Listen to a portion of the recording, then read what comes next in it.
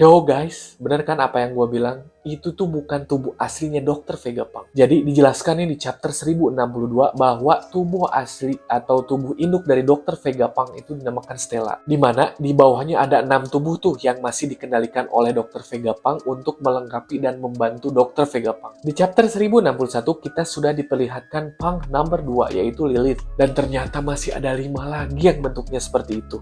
Dan nama mereka itu diambil dari tokoh mitologi, tokoh sejarah sains, dan juga pemimpin masa lalu di dunia nyata. Dimulai dari Punk number 1, namanya adalah Shaka atau kebenaran maupun logika.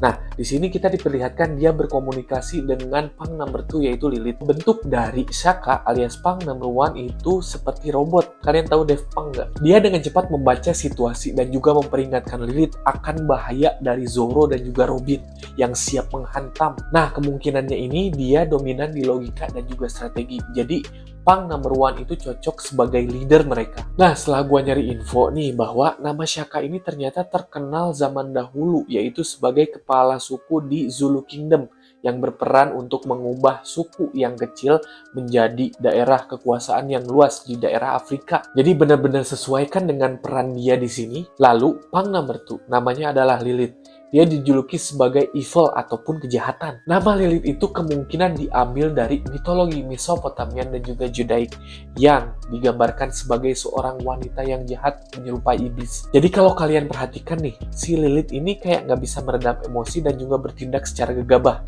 Namun untungnya dia ditenangkan dan juga diredam oleh si Punk number 1 alias Shaka. Lalu Punk number 3, dia dinamakan Edison.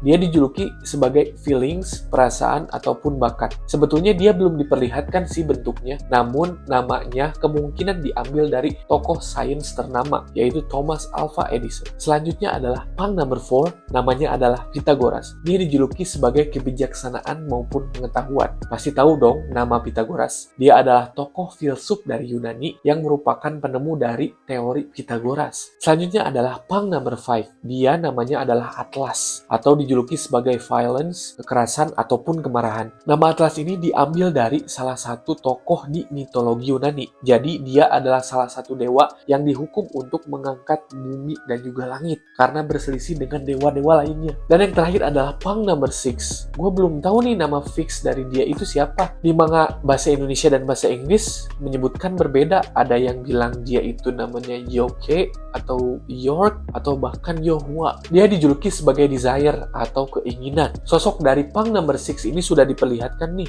Jadi bentuknya itu seperti anak kecil mirip si Uta, men. Tapi gue tuh belum tahu apakah dia itu hologram ataupun objek yang bisa disentuh. Nah, gue juga belum tahu nih nama dia itu terinspirasi atau diambil dari tokoh apa ya kira-kira. Namun, dia diperlihatkan sebagai seseorang yang selalu menginginkan lebih sesuai dengan julukannya. So, ini benar-benar menarik sih. Dr. Vegapunk yang selama ini kita anggap sebagai Pak Tua, ternyata dia memiliki 6 pasukan di bawahnya yang siap melindungi dan juga melengkapi dan mempunyai spesialisasi masing-masing. Lalu pembahasan kedua nih yang gak kalah menarik. Kita sudah di-spill hubungan antara Kuma dan juga Bonnie.